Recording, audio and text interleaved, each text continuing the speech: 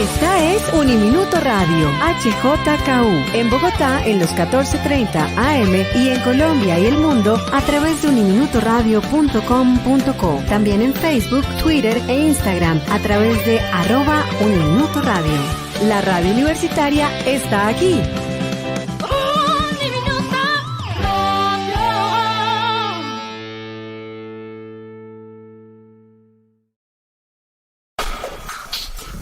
Llegó el momento de actuar, llegó el momento de elegir.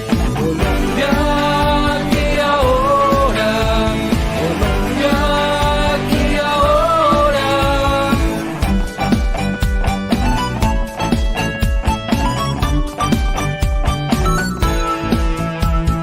Colombia se va a transformar en la nación que todos sueñan. Hoy lo que debe de primar es la ética y la conciencia. Colombia aquí ahora, Colombia aquí ahora.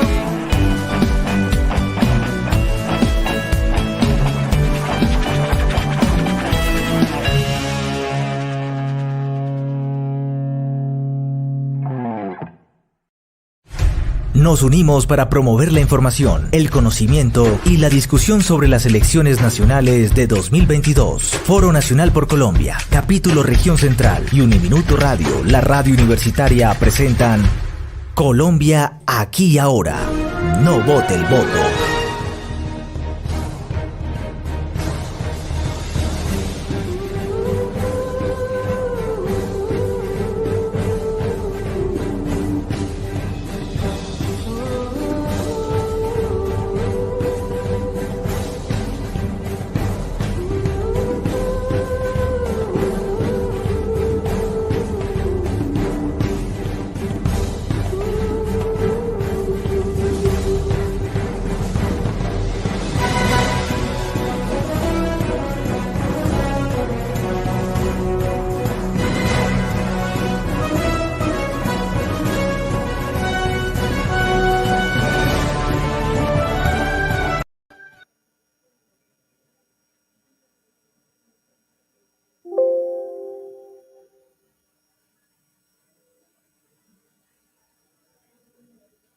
Nos unimos para promover la información, el conocimiento y la discusión sobre las... Muy buenos días, en nombre de Uniminuto Radio y la Fundación Foro Nacional por Colombia, Capítulo Región Central. Los saludamos desde el auditorio B205 de Uniminuto, Bogotá presencial, en la avenida Boyacá con calle 80 en el occidente de la ciudad de Bogotá. Así que un saludo para todas las personas que se conectan hasta ahora a nuestras plataformas y a nuestras redes sociales, tanto de Uniminuto Radio como de Foro Nacional por Colombia, Capítulo Región Central. Uniminuto Radio y Foro Nacional por Colombia han unido fuerzas para implementar la campaña Colombia aquí y ahora, no vote el voto. Esta campaña busca adelantar acciones sobre la pedagogía ciudadana, sobre la importancia del voto informado, el voto consciente. En el caso de las elecciones al Congreso que tendremos el próximo 13 de marzo, la ciudadanía tendrá la oportunidad de elegir tanto los candidatos al Senado como a la Cámara de Representantes para los próximos 4 años. Por esta razón, estas dos organizaciones, Uniminuto y Foro Nacional por Colombia, en su capítulo Región Central, han querido ofrecer unos espacios de debate para que los candidatos y las candidatas expongan sus diferentes propuestas para llegar a estos cuerpos colegiados. ¿Qué buscamos con estos foros? Visibilizar las propuestas de los partidos y movimientos políticos que participarán en la elección al Senado y a la Cámara de Representantes por Bogotá. Generar un espacio para que la ciudadanía conozca las apuestas de los candidatos y candidatas sobre temas prioritarios de interés general para la ciudad y para el país. También buscamos proporcionar a los potenciales electores elementos de juicio para garantizar un voto consciente e informado. También buscamos propiciar un espacio de diálogo con los participantes para resolver dudas e inquietudes relacionadas con las propuestas y apuestas de los candidatos a estos cuerpos colegiados. Este es el tercer foro y debate que hemos preparado desde Uniminuto Radio y desde Foro Nacional por Colombia en capítulo Región Central. En ese orden de ideas, hemos invitado a 3 candidatos al Senado de la República. En este orden de ideas quiero saludar a la candidata y senadora Aida Abella por el pacto histórico que nos acompaña vía pantalla, vía virtual, así que saludamos a la doctora Aida Abella y tiene un minuto para exponer un poco de su hoja de vida, su trayectoria y para dar la bienvenida a este foro y debate que hemos hecho desde Foro Nacional por Colombia, capítulo Región Central y Uniminuto Radio. Doctora, bienvenida. Muchísimas gracias. Un saludo muy especial para todas y para todos y decirles que me siento muy contenta de compartir este foro con Ariel y con el otro compañero, y es necesario que el país y sobre todo los jóvenes den su voto conscientemente. Muy preocupada porque en mi larga carrera política, que tuvo una suspensión de 17 años, 6 meses, 4 días, por efectos precisamente de la persecución de la intolerancia política en el país. Estos años los gasté también, pues haciendo muchas cosas y aprendiendo cuestiones que a lo mejor sin él no lo hubiera podido hacer.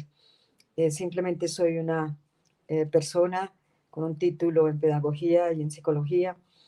El segundo no lo pude completar porque ya estaba en la vida política, en la situación complicadísima de ser mamá y de todo. Me defino como una mujer corriente, como una mujer que le ha tocado luchar no solamente por las cosas elementales de la subsistencia humana, sino también luchar para que en este país la diferencia política tuviera un respeto. Desafortunadamente me tocó ver morir a miles y miles de mis compañeros de la Unión Patriótica asesinados precisamente por un genocidio que ahora sale a la luz pública. Estamos esperando la decisión final de la Corte Interamericana sobre el genocidio y creo que es uno de los actos que ha marcado la historia política en los últimos decenios. Ningún país del mundo, pero además en América es la primera experiencia que se tiene, y a esto tengo que agradecerle también a otras mujeres, especialmente a Jael Quiroga, persona que se ha dedicado casi que exclusivamente los últimos 30 años de su vida a luchar para que este crimen de lesa humanidad no quede en la impunidad. Así es, Estamos doctora Aida esperando nuevamente al Congreso. Perfecto, muchas gracias. Gracias por esa presentación y ese momento para exponer un poco de su vida pública aquí a este debate que hemos organizado desde Uniminuto Radio y Foro Nacional por Colombia. A mi costado derecho me encuentro con, nos acompaña el candidato José David Castellanos. Él es del Partido Nuevo Liberalismo, quien saludamos hasta ahora, y también tiene un minutito, un poquito más, bueno, para exponer un poco de su vida pública y dirigirse a este auditorio y a nuestras plataformas digitales. Bueno, yo quiero agradecer primero a Foro Nacional por Colombia y a Uniminuto por este espacio. Agradecerles y darle un cordial saludo a Aida Abella, mi profunda admiración por todo ese proceso y ese trasegar político que ha desarrollado, y a Ariel Ávila, que se encuentra en este debate. Empecé a muy temprana edad haciendo trabajo social y eso fue lo que me abrió la vocación de servicio.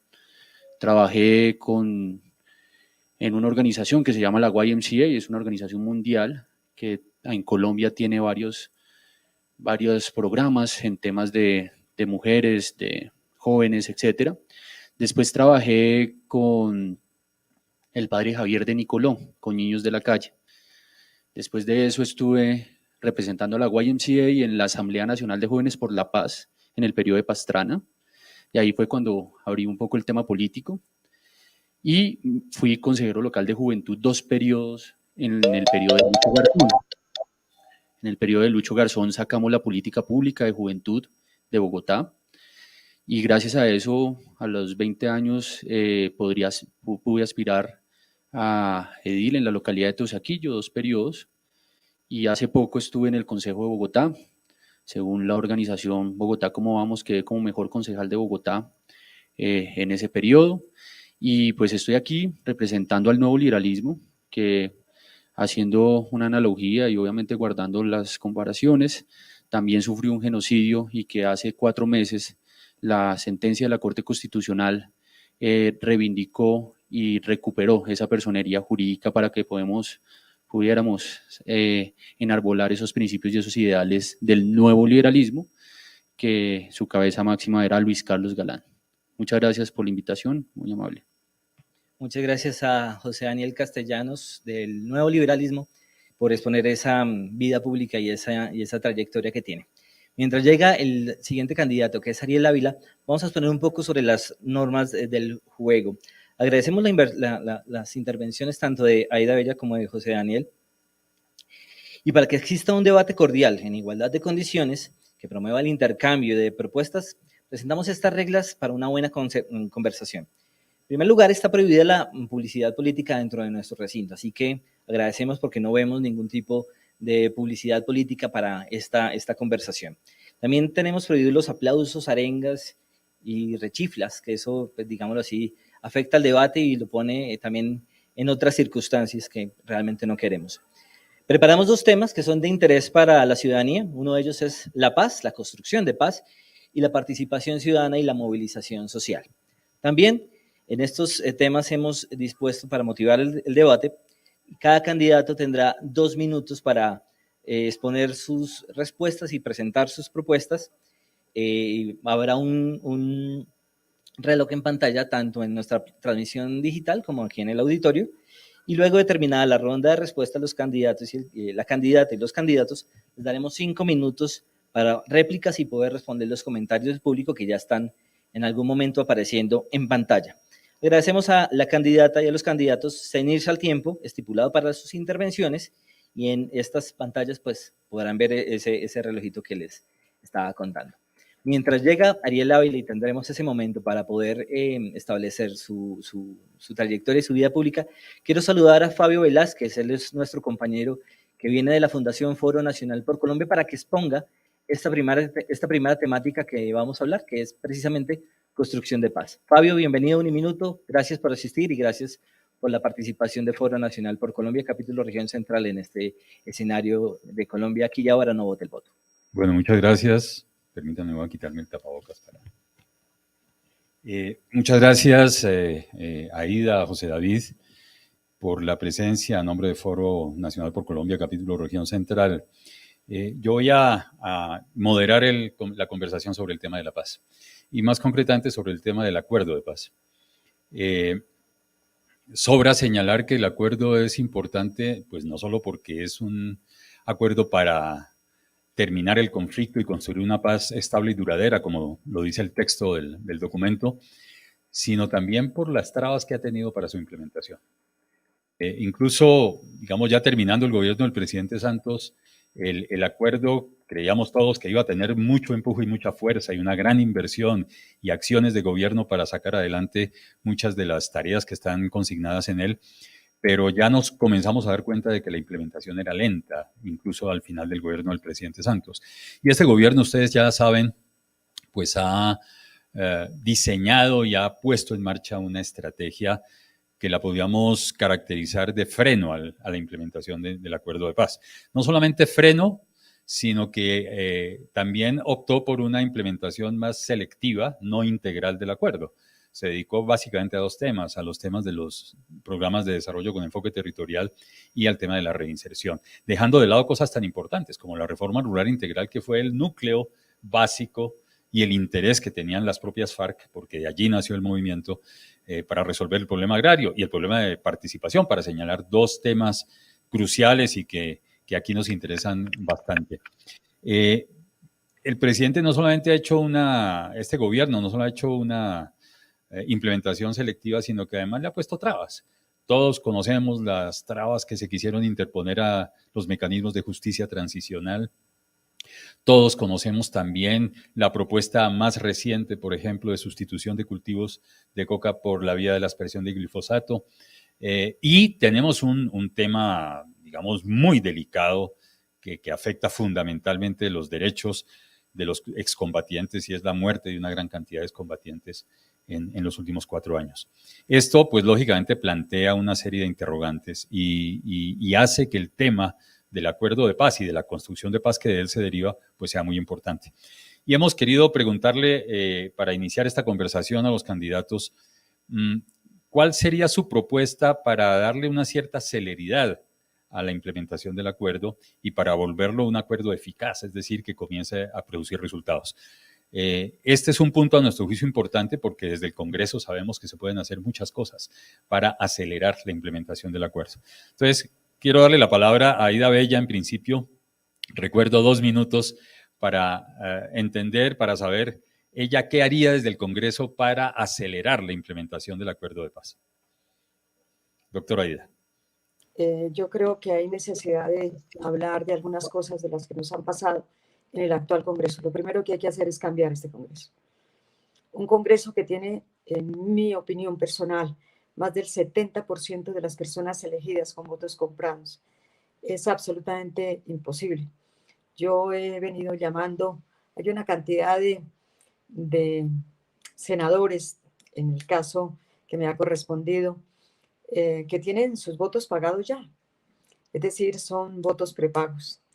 Y efectivamente hay una gran cantidad que no les gusta, por ejemplo, el problema de la implementación en el primer punto del acuerdo. Para mí es fundamental y es la reforma agraria integral. Y la hemos visto de todas las maneras, no solamente torpedeada, abusada, sino que continúa en una cuestión que es inexplicable en un país como, y solamente voy a nombrar 2 índices de la gran desigualdad y por qué no en este momento podemos hablar, y lo hemos hecho en muchos de los foros y de los debates que he llevado a cabo en el Congreso.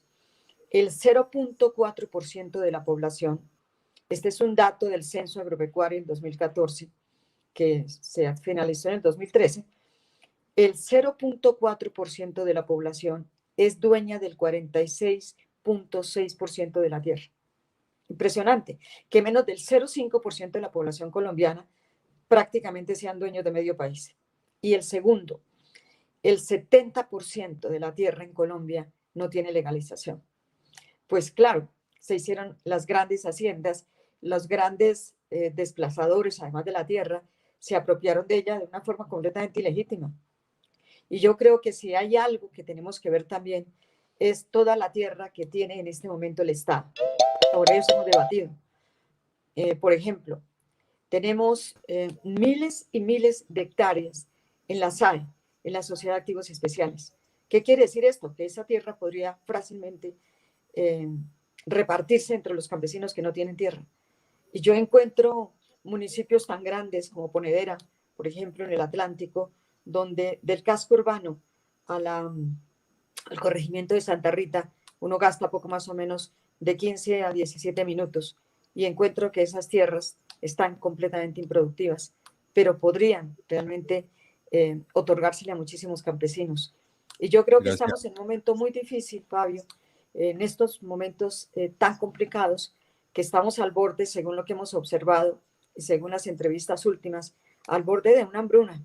Y una hambruna porque si la guerra en Ucrania continúa y continúan las dificultades para que llegue siquiera la urea a este país, que nos condicionaron además a que todos los fertilizantes, y no solamente ellos, sino también lo que se necesita para la agricultura, está viniendo importado por los tratados de libre comercio. Para mi criterio, este punto hay que abordarlo y hay que hacerlo con otro Congreso, que no sea este que está, y que efectivamente a eso apelamos, no solamente a los ciudadanos de las universidades, a los jóvenes, etcétera, sino a todo el mundo. Es decir, que miren cómo la compra de votos ha conllevado a una desfiguración, no solamente de la democracia, sino a una consolidación de unos poderes que realmente tienen mucho de una élite, no solamente parásita, sino es una élite corrupta, pero además es una élite mafiosa, una élite que se ha abrazado con el narcotráfico.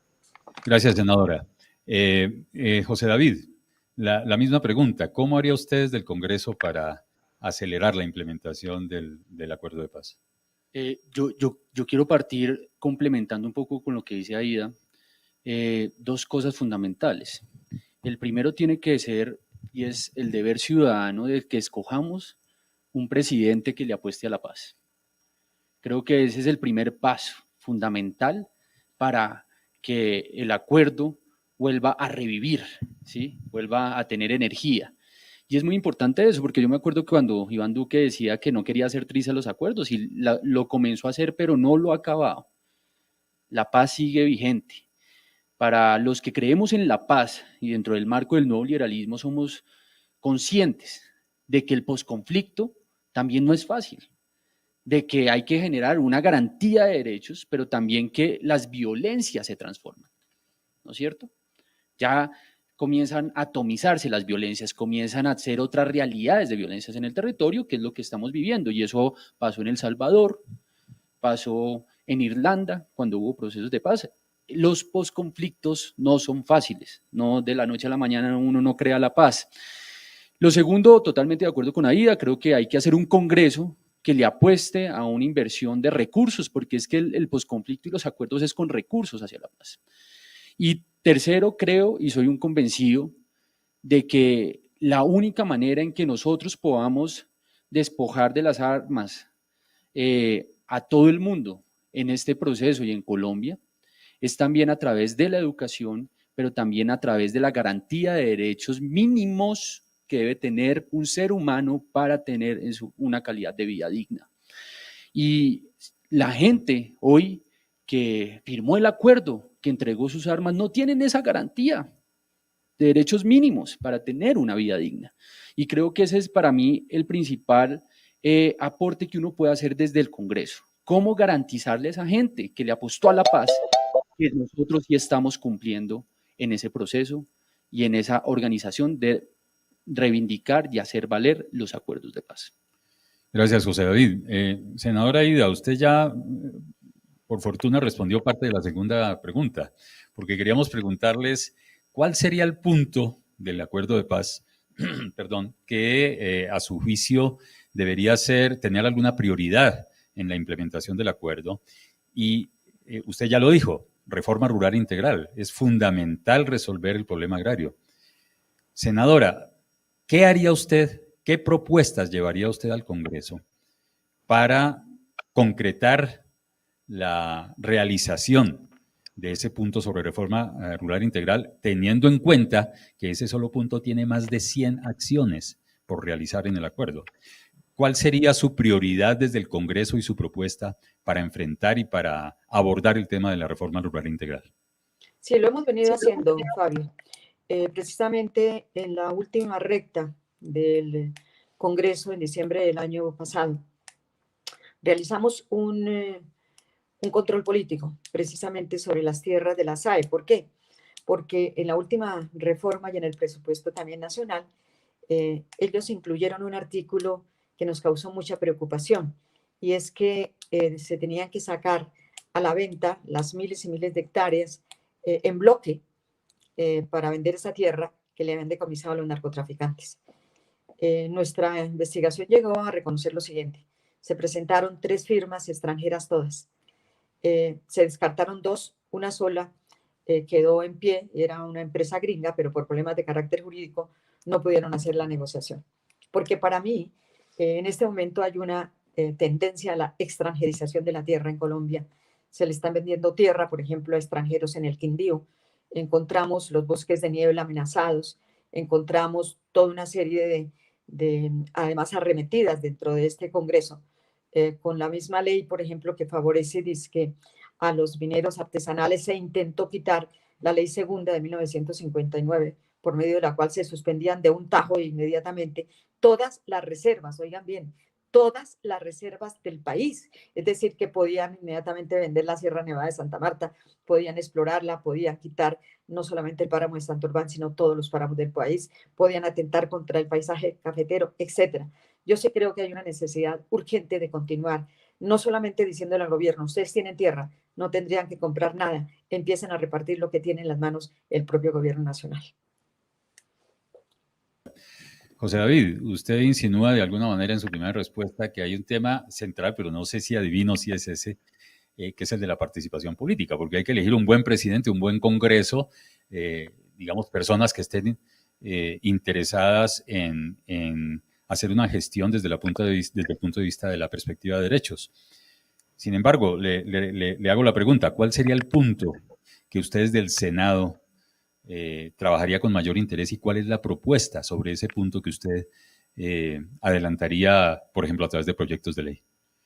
Bueno, sin lugar a dudas, el tema de la reforma rural integral es fundamental para reducir la violencia en todo el territorio colombiano.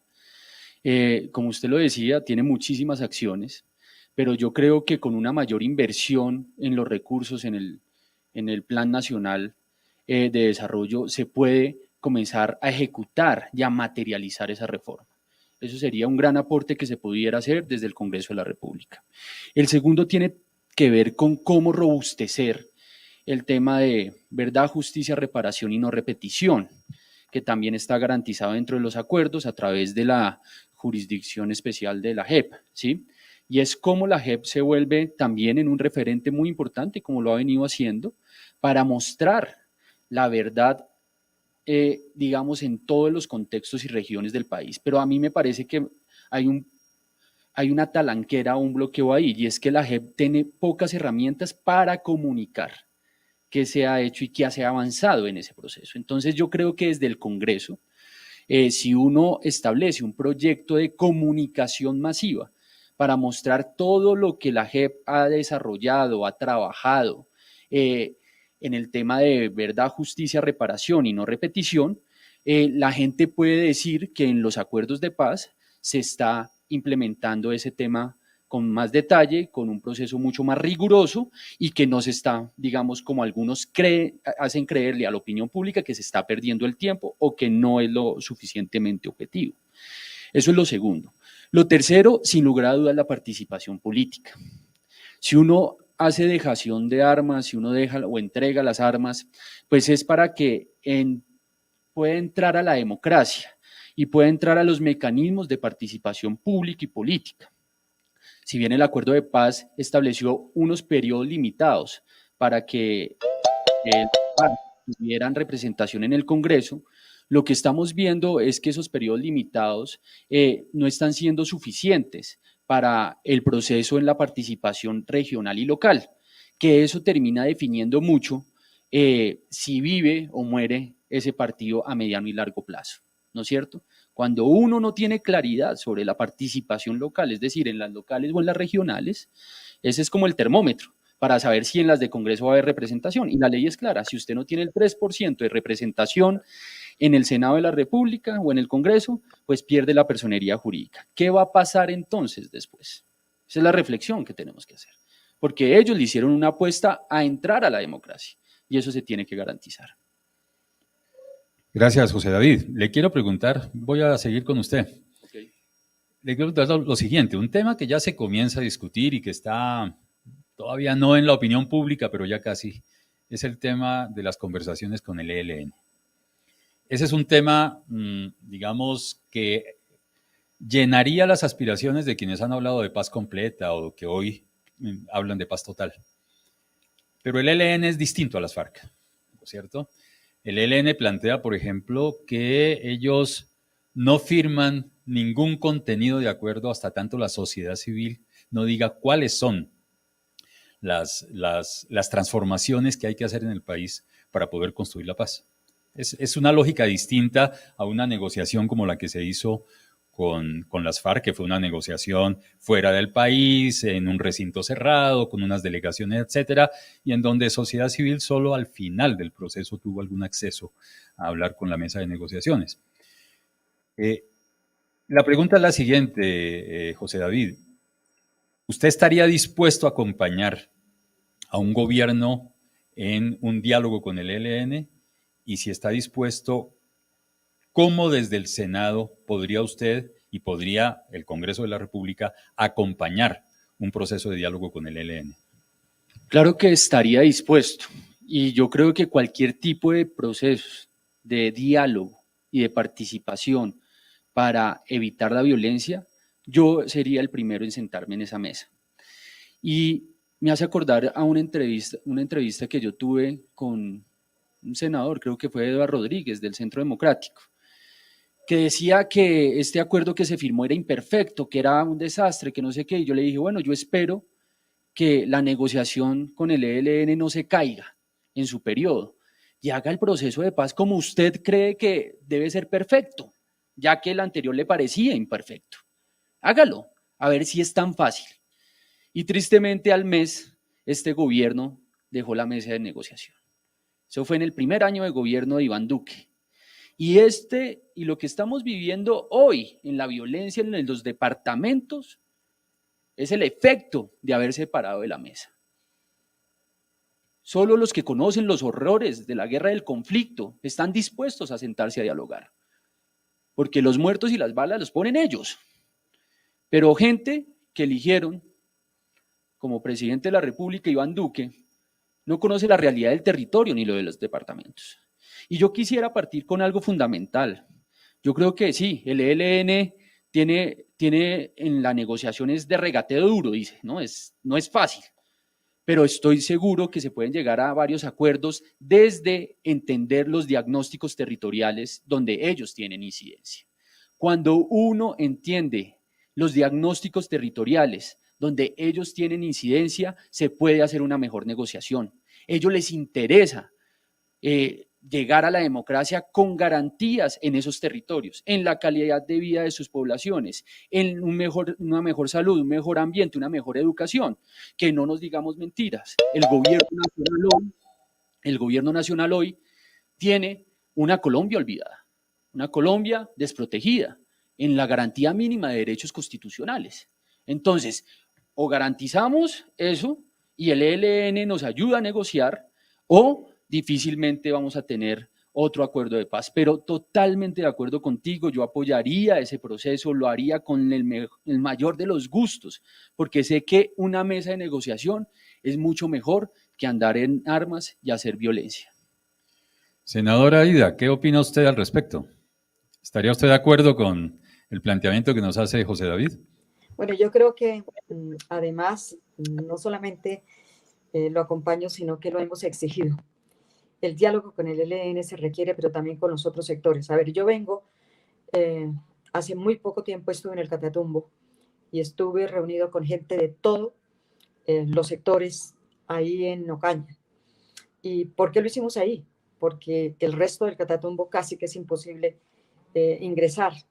Estuvo gente del Tarra, de Gabarra, de San Calixto, de Acarí, etc. Y lo que la gente quiere, porque allí se mueven no solamente el ELN, allí están todos los sectores, incluso residuos del EPL, pero también está la gente que está dedicada exclusivamente al narcotráfico. Estamos en una zona de frontera complicada, difícil, como Arauca o también abajo, como en el Cauca. Tenemos situaciones muy complejas que no son capaces. Este gobierno no sabe de paz, ni le interesa la paz, nunca le interesó. No tienen ninguna posibilidad porque además no tienen ningún plan de paz. Todo lo que ellos están haciendo en este momento es un ensayo de mirar cómo matan y siguen matando supuestamente a gente que está en la ilegalidad. Y bueno, tienen su manera de actuar bastante complicada. Para mí lo fundamental es el diálogo con todos los sectores, no solamente con el ELN. En el Catatumbo reclaman, por favor, no queremos más guerras, pero queremos una paz completa. Y esa paz completa tiene que verse también con la gente que está dedicada al narcotráfico, que tiene necesariamente que someterse a la justicia, que ya lo prometieron incluso, sino que había que hacer unos ajustes finales que no se logró en la época del doctor Santos y en la época del actual presidente, con semejantes ministros que han puesto, pues no tienen ni idea, primero, de qué es este país y segundo, los pusieron ahí para que conocieran algo que para ellos es completamente desconocido. El día que los hijos de los que quieren la guerra vayan a los frentes de batalla, ese día se acaba. Pero como esto está lleno de señoritos, simplemente que no quieren hacer la paz, nosotros sí entendemos que hay necesidad urgente de cambiar este gobierno y por eso yo soy una de las personas que trabajo directamente con Gustavo Petro, porque creo que este es una de las personas que puede llevar a Colombia realmente a una paz completa y una paz duradera. Gracias, senadora. Hay un último tema de la paz que es quizá uno de los más complicados y que en estos últimos 4 o 5 años pues muestra cifras dramáticas, es el tema de la seguridad, tanto para líderes y lideresas, defensores de derechos humanos, defensores ambientales, etcétera, como en el caso de los excombatientes. Colombia tiene lamentablemente uno de los primeros lugares en el mundo en asesinato de líderes ambientalistas, por ejemplo, según los informes de Global Witness. Y las estadísticas de asesinato de líderes y lideresas defensores de derechos humanos son trágicas, son terribles, es decir, no tiene punto de comparación en ningún lugar del mundo. Y sin embargo, a pesar de la retórica que se ha desplegado desde sectores gubernamentales para hablar de la necesidad de proteger a los líderes, etcétera, todo parece indicar que, digamos, la estrategia y la política del actual gobierno no ha surtido efecto. La pregunta es la siguiente, José David. ¿Cuál es su propuesta para garantizar de manera efectiva la seguridad de líderes y lideresas y de excombatientes? Fabio, es uno de los temas posiblemente más álgidos y más complicados de solucionar. Yo vengo de una familia de estrato medio bajo acá en Bogotá, y yo me acuerdo que en los 90 existía una vaina muy fuerte, Fabio, yo no sé si usted se acuerda, que era la mano negra, que a cierta hora de la noche en ciertas localidades venían unos carros negros y le disparaban. Si uno iba caminando, si uno iba diciendo cualquier cosa, solo por eso. Y yo siento hoy el mismo contexto. Siento el mismo peligro, la misma sensación y percepción, no solo en lo rural, sino también en las ciudades. Y yo creo que la mejor manera en que uno puede llegar a controlar ese proceso de garantías de derechos y también de protección a ciertos líderes es haciendo un control político muy efectivo a los que tienen que ser los que ayuden a proteger ese proceso. Eso por un lado. Pero el segundo punto fundamental es que tenemos que quitar los privilegios a los que los necesitan. Y eso en el nuevo liberalismo, con Juan Manuel Galán, lo hemos dicho como principio básico de la política. Aquí hay una cantidad de gente, Fabio, usted sabe, que viven en seguridad extrema sin tener la necesidad de tener seguridad extrema, que esa oportunidad se la pueden quitar a otras personas que sí están haciendo una defensa de garantía de derechos en diferentes sectores, en diferentes departamentos del país. Porque es muy fácil decir, ay no, pero eso no es tan difícil, protegerse. Bueno, vaya ya al municipio. Yo estuve hace poco en Río Sucio, Chocó. El Clan del Golfo estaba ahí al lado. Estuve en Buenaventura. Los campaneros estaban ahí mirando, yo estaba con Juan Manuel mirando todo ese proceso.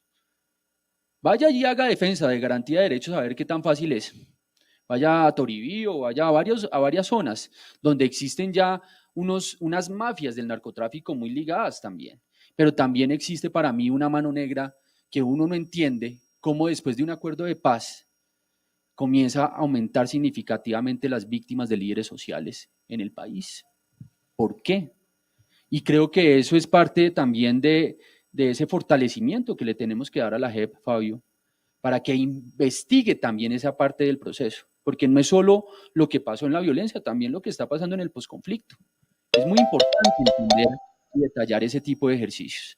Entonces yo creo que haciendo un control político, garantizando que esos privilegios que tienen muchos que no necesitan de esos recursos del Estado se le garanticen a esa gente, ¿sí? A los líderes de diferentes sectores y movimientos. Creo que ahí podemos hacer un avance, pero el control político es muy importante. Yo me acuerdo de muchos debates de control político que hizo tanto Juan Manuel Galán en el tema de ley de víctimas, como Gustavo Petro, como mucha otra gente, y eso ayudó a que las entidades fueran mucho más eficientes a la hora de garantizar esa protección, pero no es nada fácil.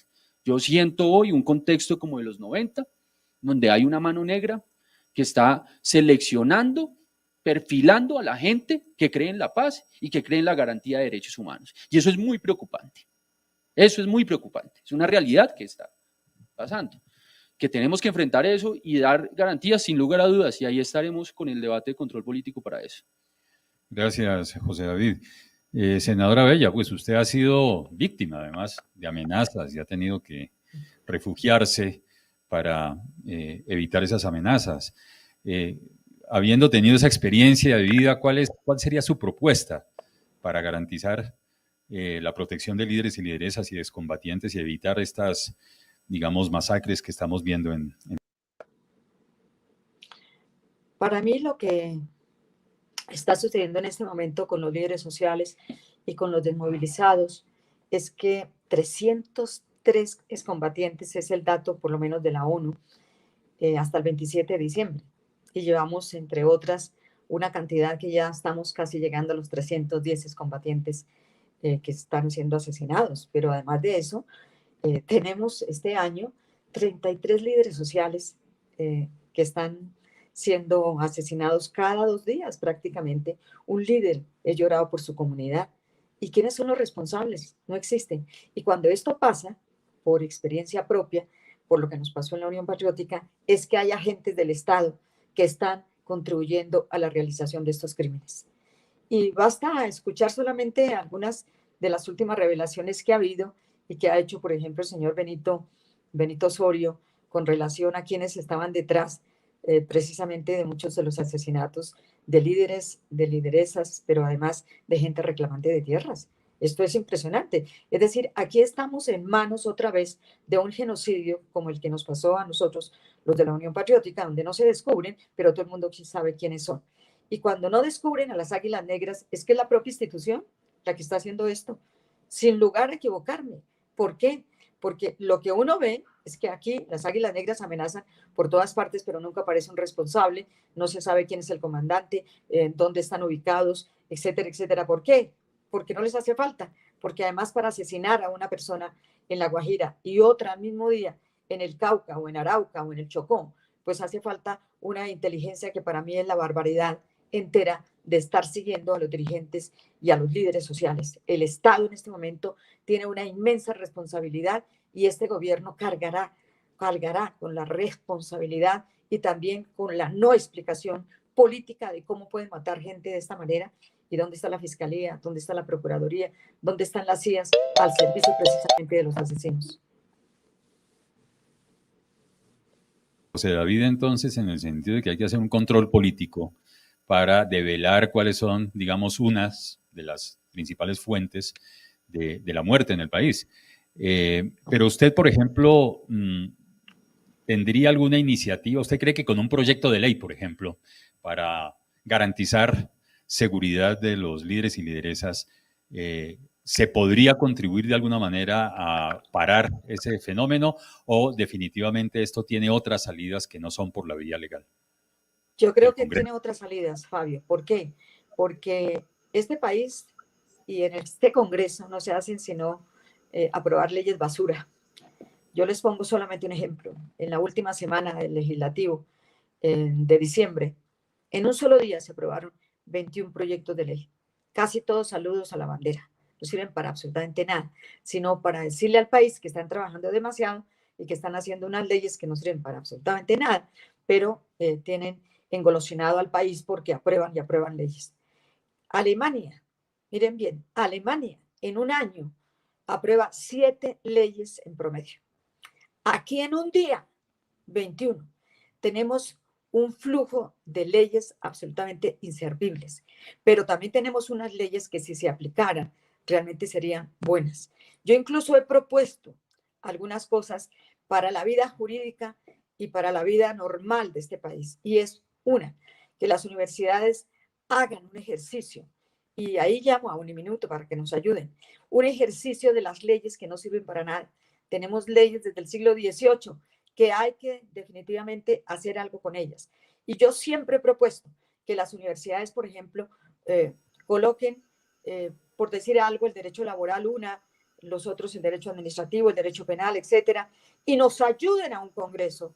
Y eso lo vamos a necesitar si logramos sacar todos esos que compran votos, si logramos sacar toda esa gente que llega allá es a aprobar leyes para quienes les han dado plata para la campaña electoral.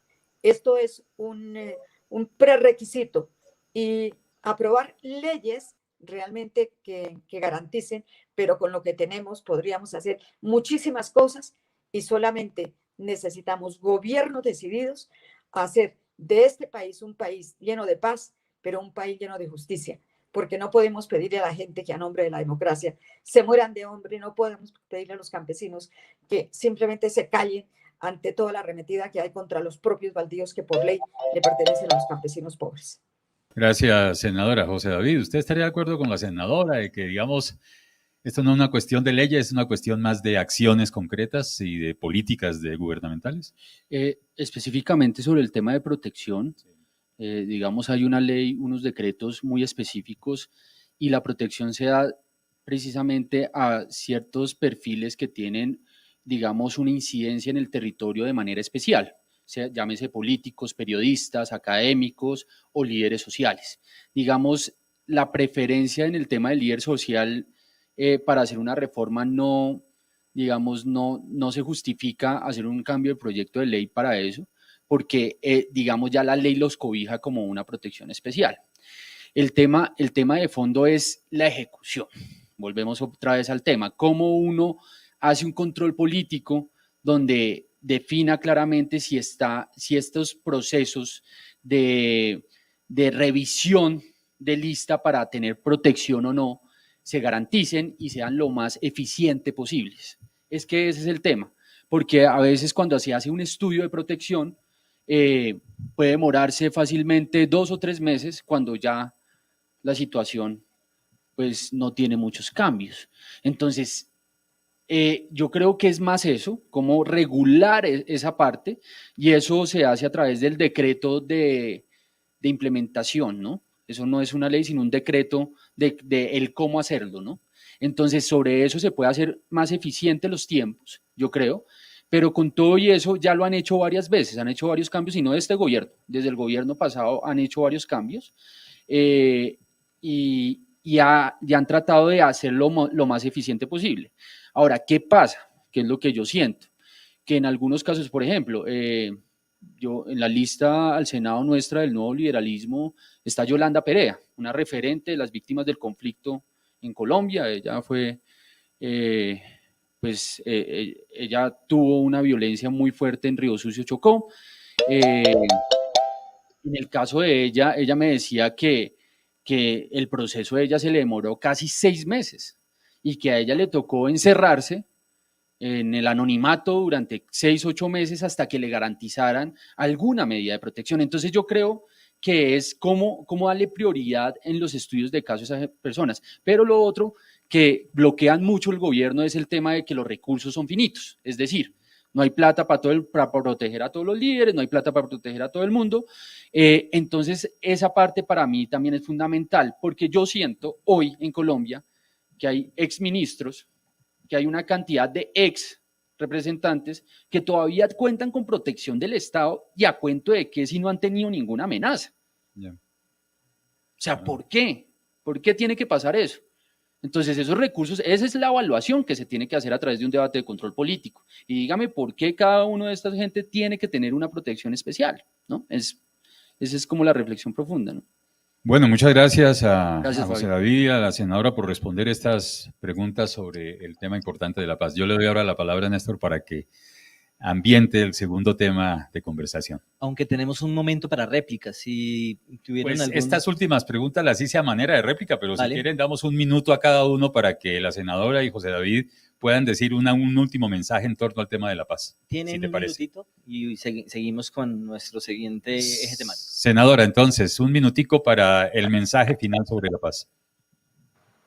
Necesitamos el diálogo.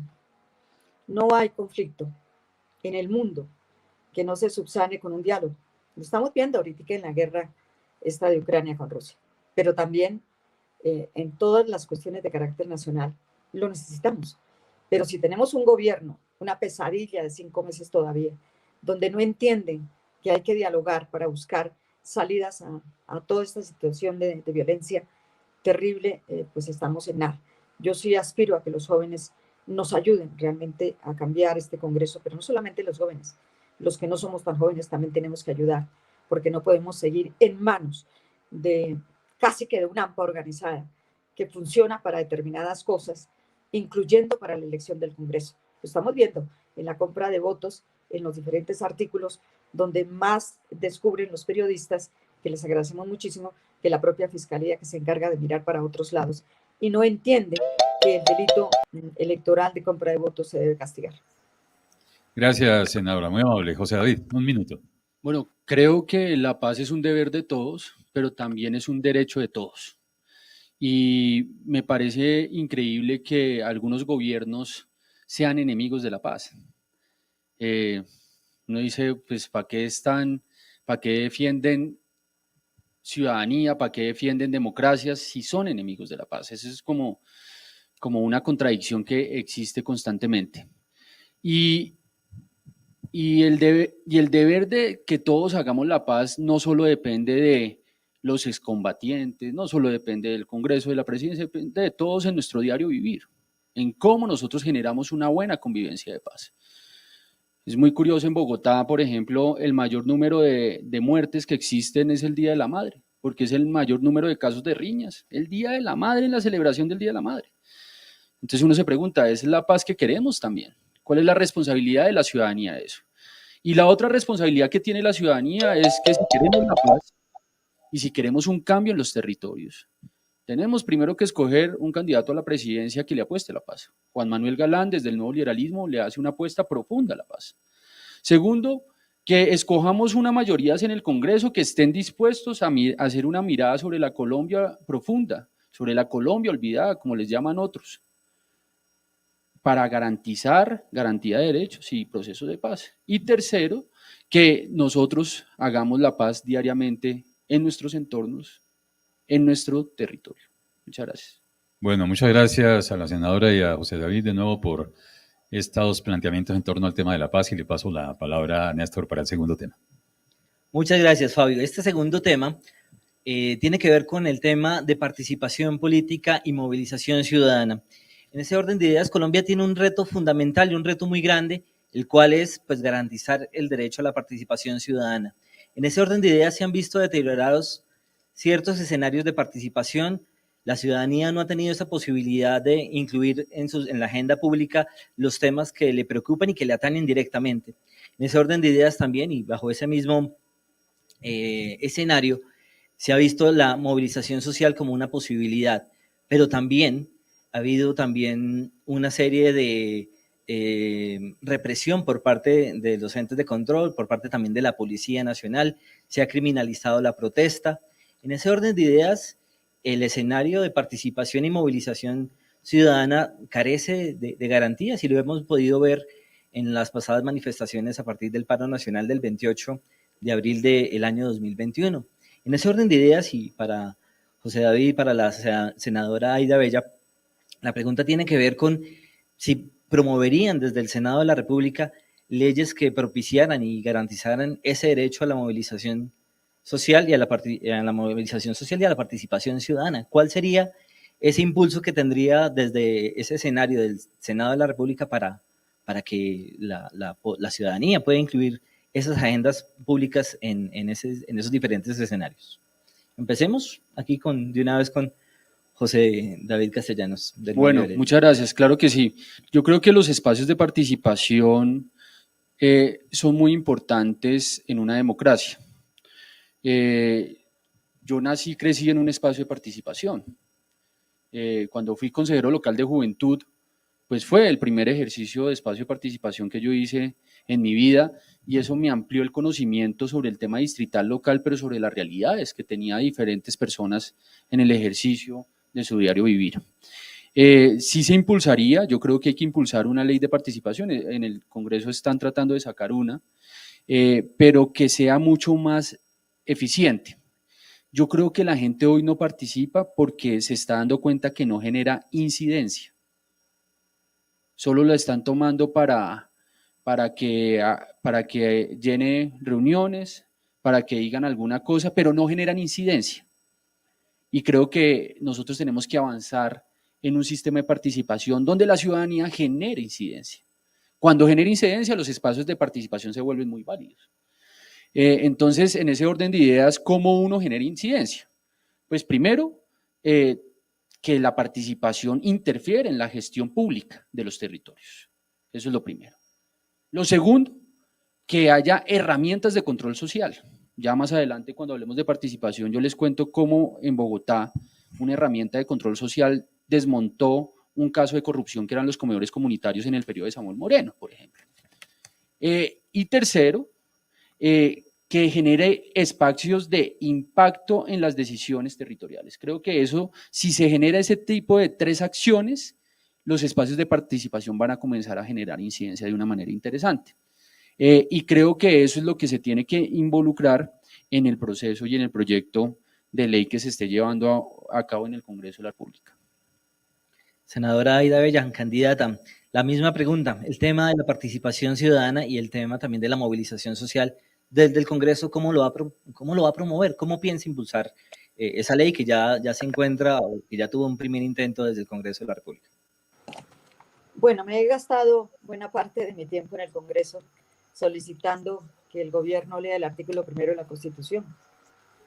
Y es que es muy claro.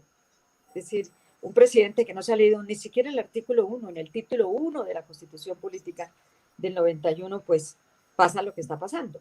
Y es que Colombia es un Estado social de derecho, organizado en forma de república unitaria, descentralizada, con autonomía de sus entidades territoriales, democrática, participativa y pluralista, fundada en el respeto de la dignidad humana, en el trabajo y la solidaridad de las personas que la integran y en la prevalencia del interés general.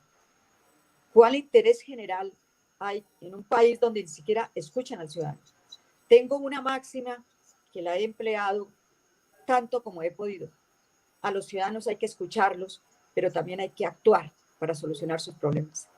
Y esta es la dificultad que tenemos con este gobierno sordo, en el cual solamente escucha a sus áulicos. Y este es un problema supremamente delicado que hay que superar en el entrante. ¿Qué proponemos nosotros? Primero, avanzar hacia una era de paz. Realmente implica adelantar una profunda apertura democrática que involucre con garantías al conjunto de los ciudadanos en las decisiones que le atañen, así como la elaboración de una cantidad de diseños institucionales que impidan el establecimiento de poderes abusivos y autoritarios en el país, que de eso estamos llenos. Y yo creo que lo que ha pasado con los estudiantes, con la gente del estallido social, nos ha puesto de relieve que aquí no importa la vida, ni siquiera en las calles, no importa el respeto a los ciudadanos, ni siquiera por parte de quienes tienen en su orden la facultad constitucional de resguardar la vida. No, yo sí creo que aquí hay que hacer una cantidad de cosas al interior y por eso la bancada del Pacto Histórico adelantará un paquete legislativo que se incluirán, entre otras cosas, una serie de reformas como el de la justicia. Candidata Aida Bellan, muchas gracias. Usted acaba de tocar un tema muy interesante y tiene que ver precisamente con los jóvenes y eso tiene que ver con esta segunda pregunta. En la ciudadanía y especialmente en los jóvenes hay un desencantamiento, una desconfianza, si se quiere, frente al ejercicio de la participación y también frente a las instituciones del Estado y también frente a estos escenarios que se abren desde la participación y la democracia. ¿Qué se puede hacer desde el Congreso para que los jóvenes vuelvan o recuperen esa credibilidad o si no la han tenido, pues tengan esa confianza en las instituciones para tener un escenario también de participación y que no se llegue a escenarios de movilización y pues tampoco es que se llegue a criminalizar la protesta social? Don José David. Ok, dos cosas importantes. La primera, constitucionalmente uno ve que hay una democracia representativa, que es la que está en el Congreso de la República, en los consejos, en las asambleas y en los edilicios, y hay una democracia participativa, que es donde para mí existe una gran debilidad. Yo me pregunto cómo uno puede promocionar la participación de los jóvenes. Creo que en esa democracia participativa se tiene que generar un proyecto de ley que ayude a generar, por ejemplo, observatorios ciudadanos y académicos, que ayuden a medir cómo están, digamos, los desafíos del país en diferentes temas. Hacer un control social mucho más efectivo. Yo creo que eso ayuda a que los jóvenes puedan tener un espacio de participación importante. También creo que, y lo pongo a colación, nosotros hemos hecho un esfuerzo importante hace unos años de implementar la Ley Estatutaria de Ciudadanía Juvenil. Esa es una ley estatutaria que se creó con el debate y la participación de todos los jóvenes a nivel Colombia. Yo hice parte de esa participación, impulsamos eso en el Congreso de la República. Y eso es lo que ha generado el resultado ahora de los consejos locales de juventud, que fue el año pasado, y de los consejos municipales de juventud. Es un primer paso, pero yo creo que esa ley estatutaria de ciudadanía juvenil va a generar una serie de incidencias muy importantes para que los jóvenes comiencen a participar más activamente. A mí no me molestó, pero sí me pareció muy triste, digamos, la miopía que existe de la gente de que, ay, sí, gastaron tanta plata en esas elecciones y no participó casi jóvenes, pero es la primera vez que se hace. Veremos en 10 o 20 años cómo ese sistema de participación va a generar una serie de incidencias, una serie de procesos organizados y estructurados sobre proyectos juveniles y tercero, una representación juvenil en los territorios mucho más eficaces. Gracias, José David. Senadora Aida, en ese orden de ideas, recogiendo un poco lo que dice José David, un marco institucional, pero también pedagogía. En ese orden de ideas, bueno, ¿usted cómo también piensa impulsar eso, esa confianza para que se recupere por parte de esta ciudadanía juvenil? Yo creo que lo mejor que podemos hacer en el Congreso es también escuchar a los jóvenes. A ver, en el mes de diciembre se realizó una huelga de hambre de 8 jóvenes de La Guajira para visibilizar todo el problema que hay en ese departamento. No los habían escuchado. Pasamos y solicitamos al presidente del Congreso se escuchara a los jóvenes que estaban en la huelga y se escucharon. Realmente con una claridad impresionante. Los jóvenes en este país estudian, los jóvenes piensan, los jóvenes tienen ideas y unas ideas extraordinarias. Y yo creo que es lo que hay que hacer. Por ejemplo, ese día el joven José Fernando Lobo nos explicó cómo en La Guajira hay suficientemente agua. Después, cuando yo estuve en La Guajira recientemente, hace menos de un mes, me encontré con la necesidad urgente de explicarle a los colombianos que el agua en La Guajira está secuestrada y la tiene secuestrada una empresa transnacional que no deja que 149 millones de metros cúbicos de agua se los distribuyan a los guajiros. Allí no se deberían estar muriendo los niños de hambre. ¿Y quién nos abrió todo ese panorama? La gente, los jóvenes que han estudiado, que se preocupan. Mientras en Bogotá, en Chingaza, tenemos 230 millones de metros cúbicos y da agua potable a 6.400.000 colombianos. Yo creo que son dos cosas que nos han ayudado a ver los propios jóvenes que dentro de su departamento estudian y proponen. Y por eso yo sí creo que, por ejemplo, este joven que está en este momento siendo uno de los candidatos en La Guajira, ojalá llegue para que acabe de explicar qué es lo que pasa en un departamento que no quiere distribuir el agua y que esta hace parte precisamente de un negocio muy jugoso de una élite corrompida en ese departamento. Agradecemos a los dos candidatos por estas preguntas. Sí quiero leerla muy puntualmente,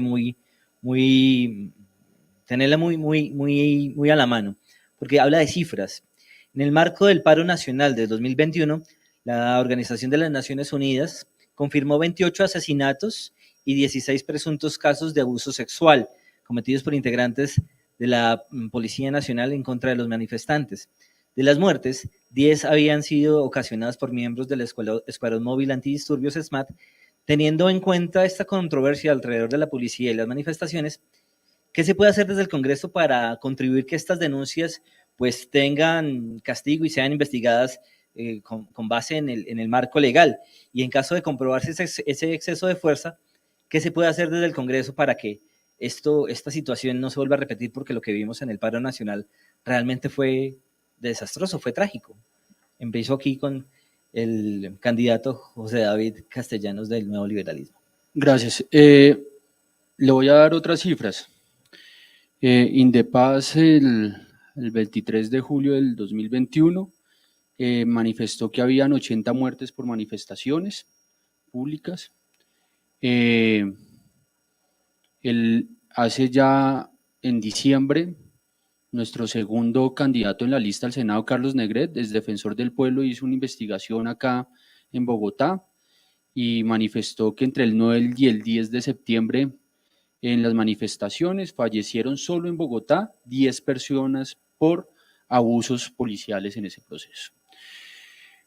Hay una sentencia de la Corte Constitucional, que es la C008 del 2018-19, donde manifiesta claramente que todo ciudadano tiene derecho a la reunión y a la manifestación pública y pacífica. Y esa sentencia es clara en definir de que a nosotros no nos pueden regularizar la manifestación, que a nosotros no nos pueden enfocar, como quería el ministro de Defensa, Diego Molano, en su momento, atomizar la manifestación. Nosotros tenemos ese derecho constitucional. Y ese derecho constitucional se tiene que garantizar y se tiene que seguir desarrollando, porque hace parte del sistema democrático. Lo otro que yo sí creo es que para garantizar esa sentencia de la Corte Constitucional, nosotros tenemos que generar una reforma institucional a la policía con enfoque en derechos humanos, porque creo que es ahí donde en la formación y en la implementación se comienza a violar ciertas garantías de derechos. Ese sería como el aporte que uno podría hacer desde el Congreso de la República, teniendo en cuenta que ya hay una referencia de esa sentencia de la Corte Constitucional. José David Castellanos, candidato por el Nuevo Liberalismo, muchas gracias.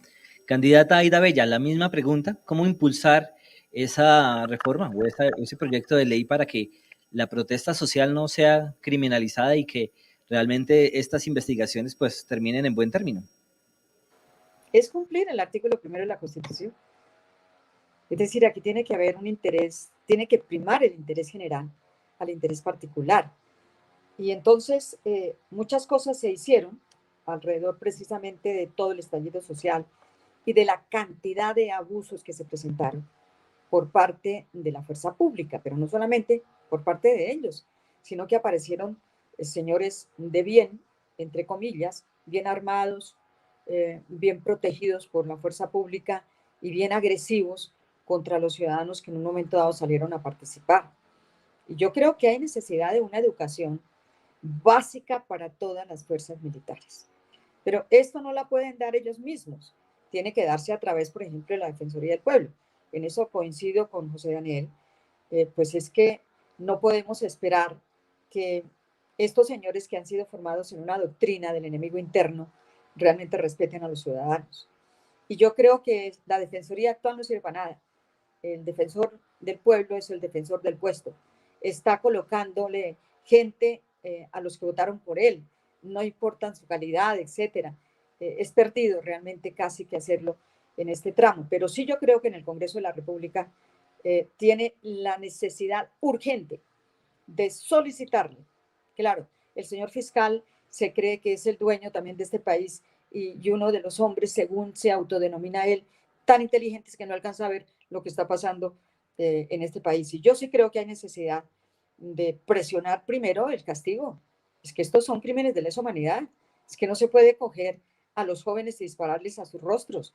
No se pueden hacer una cantidad de cosas en contra de los ciudadanos y a los ojos de todo el país. Toda la comunidad internacional se mostró sorprendida, pero los más sorprendidos fuimos nosotros al mirar que hay una complacencia de algunos senadores y representantes en simplemente bendecir algo que no se puede de ninguna manera pasar por alto. Los jóvenes necesitan respeto. Candidata Aida Bella, muchas gracias. José David Castellanos, muchas gracias. Este espacio que dedicamos para réplica, yo quiero aprovecharlo para introducir algo más en el debate. Y tiene que ver con el desmonte, o mejor, con la reforma de la policía, pero esta vez ya como una policía más desde el Ministerio del Interior, si se quiere, y no desde el Ministerio de Defensa.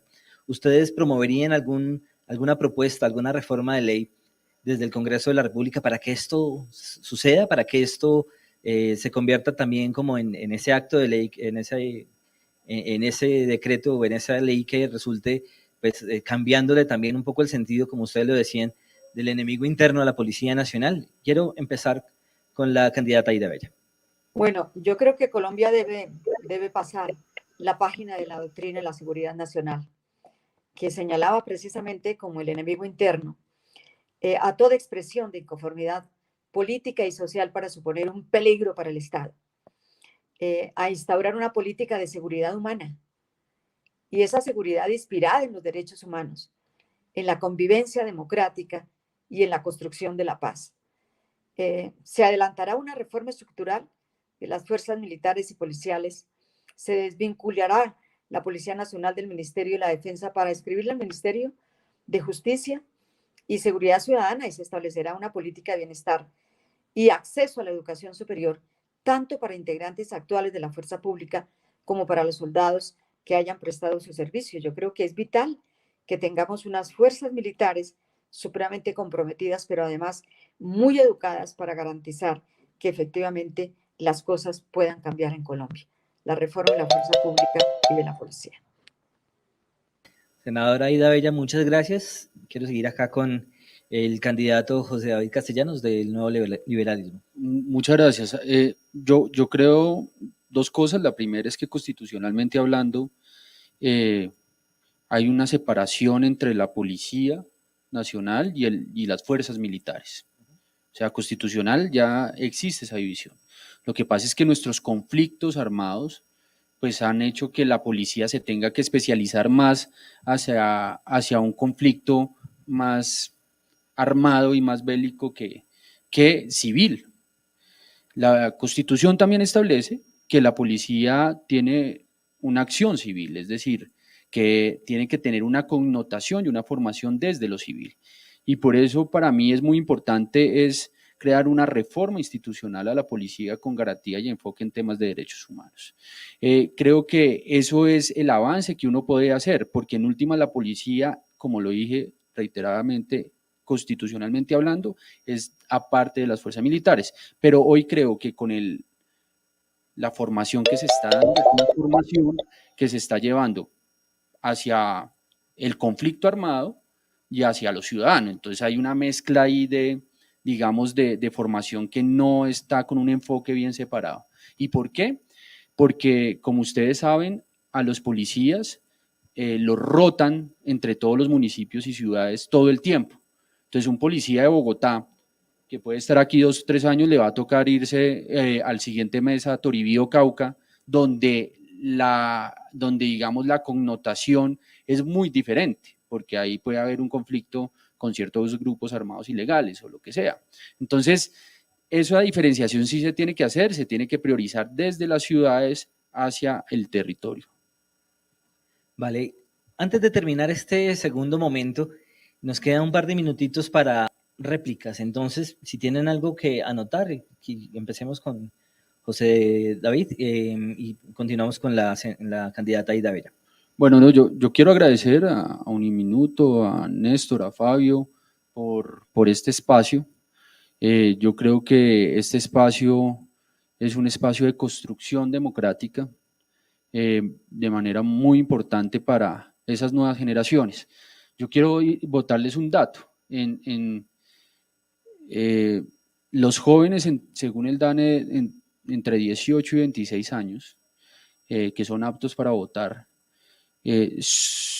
está alrededor de 8 millones de jóvenes. De esos 8 millones de jóvenes, solo votan 3 millones. ¿Sí? Solo 3 millones de jóvenes. En la última elección que pasó de las alcaldías y gobernaciones, solo votaron 3 millones. Esto es una reflexión profunda. ¿Qué está pasando con la democracia como sistema democrático? Con razón, esa democracia representativa, como lo dije en un principio, pues hoy está más decepcionada por parte de la ciudadanía y más por los jóvenes. Pero lo que los jóvenes tienen que entender es que el valor más importante que tiene un ciudadano es el voto, porque con el voto ustedes dan una representación en la toma de decisiones más importantes del país, de la ciudad y de su vida. Eso es lo primero. Y lo segundo, soy consciente de que la única manera en que podemos cambiar el Congreso de la República, los clanes políticos y las estructuras de corrupción es a través del voto. Si ellos no salen a votar, difícilmente, nosotros podríamos estar en el Congreso, pero difícilmente vamos a tener esas mayorías para hacer ese cambio. Por eso quiero invitarlos a que conozcan el nuevo liberalismo. El nuevo liberalismo sacó una lista cerrada al Senado de la República para garantizar unos cupos a unas personas nuevas que han hecho una experiencia desde sus sectores, que van a hacer un aporte significativo en el Congreso de la República.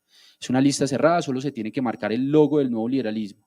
Y que en la consulta Centro Esperanza nos apoyen con Juan Manuel Galán, una persona que va a defender las ideas de la participación y la paz como se estableció en este debate. Yo quiero agradecerles por el espacio. Pero todavía no nos vamos. Todavía no nos vamos. Queda un tercer momento. Bueno, perfecto, muchas gracias. Yo quiero ofrecerle este minuto a la senadora y candidata Aida Bella para que cerremos este tema, el tema de participación ciudadana y movilización social. Sí, yo creo que es muy importante. Pienso que lo que se ha avanzado en este momento, por ejemplo, con relación a todas las denuncias de las compras de votos, de las maquinarias, de cómo funcionan cuadra a cuadra, por ejemplo, en la ciudad de Barranquilla. Habría que mirar exactamente qué es lo que está pasando.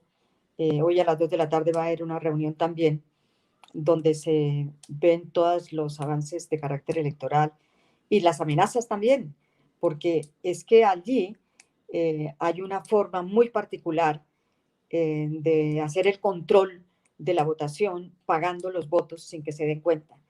Y bueno, todas estas cosas que han salido últimamente nos demuestran que si los ciudadanos, especialmente los ciudadanos de a pie, no se apropian también de que siga siendo esa democracia representativa que para mí está completamente desdibujada, José Daniel, completamente desdibujada.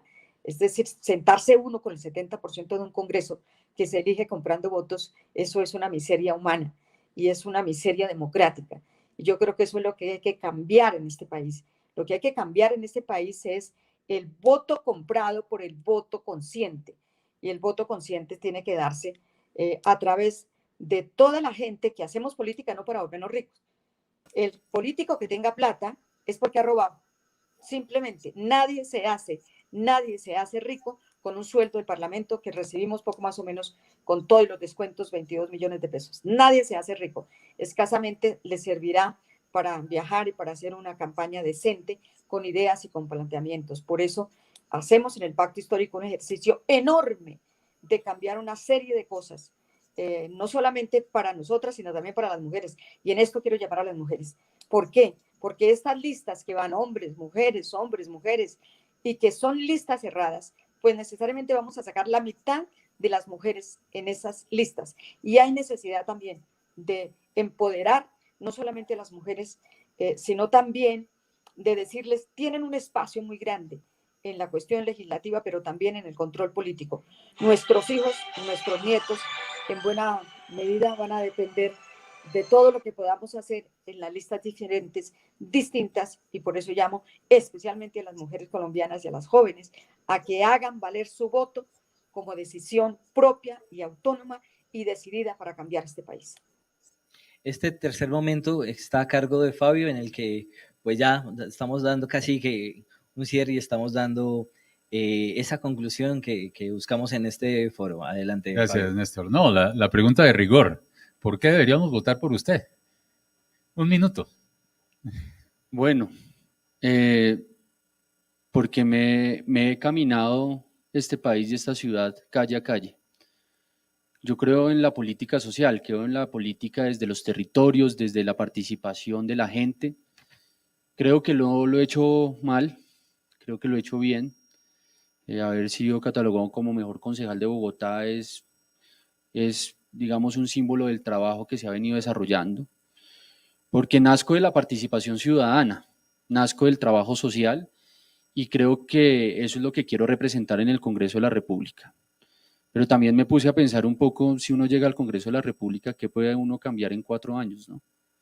Y creo que la mejor manera de revolucionar un país es con la educación. Y por eso, a través de un sistema de participación, yo quiero cambiar el sistema de educación en Colombia. Quiero que todos nos sentemos, profesores, estudiantes, padres de familia, y nos pensemos cuál podría ser ese nuevo sistema de educación en Colombia.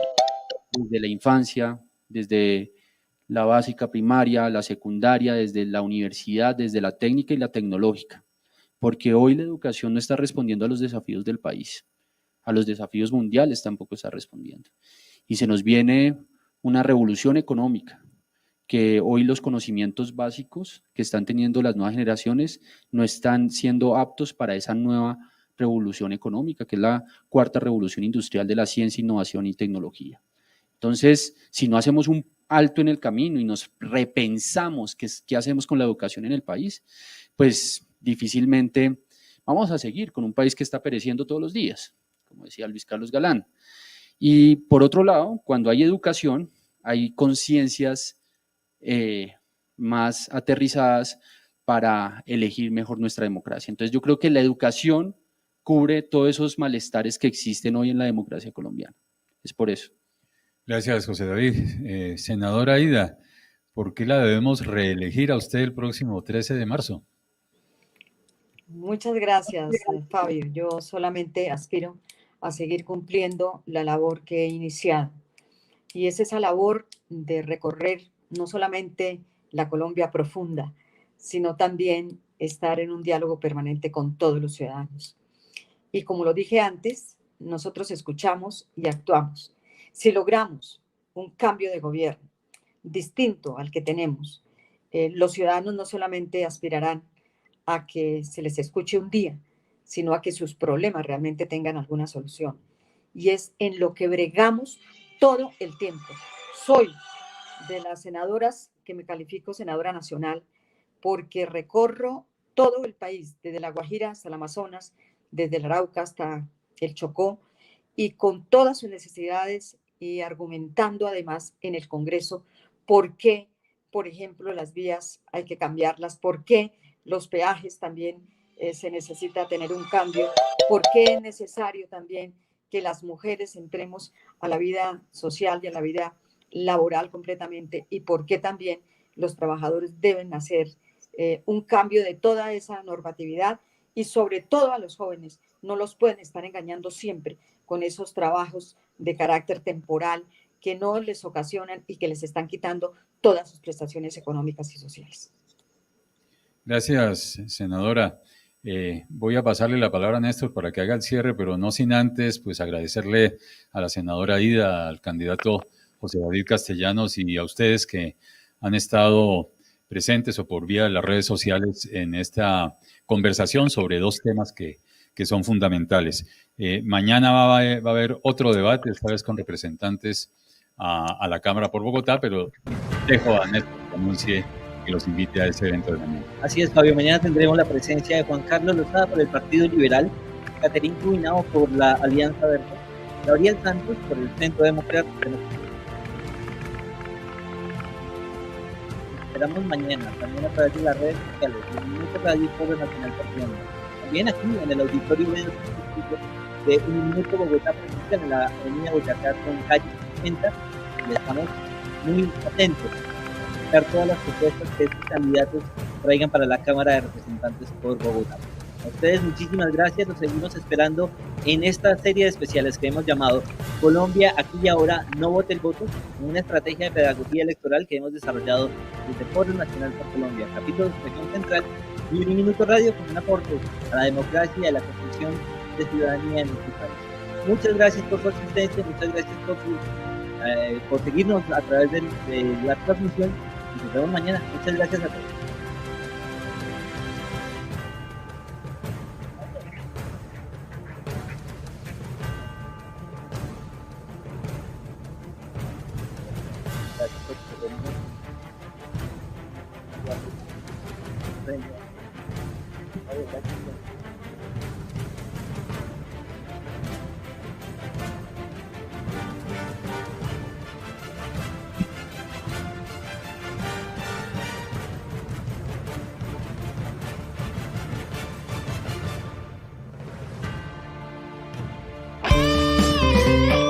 Esta es Uniminuto Radio, HJKU, en Bogotá en los 14:30 AM y en Colombia y el mundo a través de uniminutoradio.com.co. También en Facebook, Twitter e Instagram a través de @Uniminuto Radio. La radio universitaria está aquí.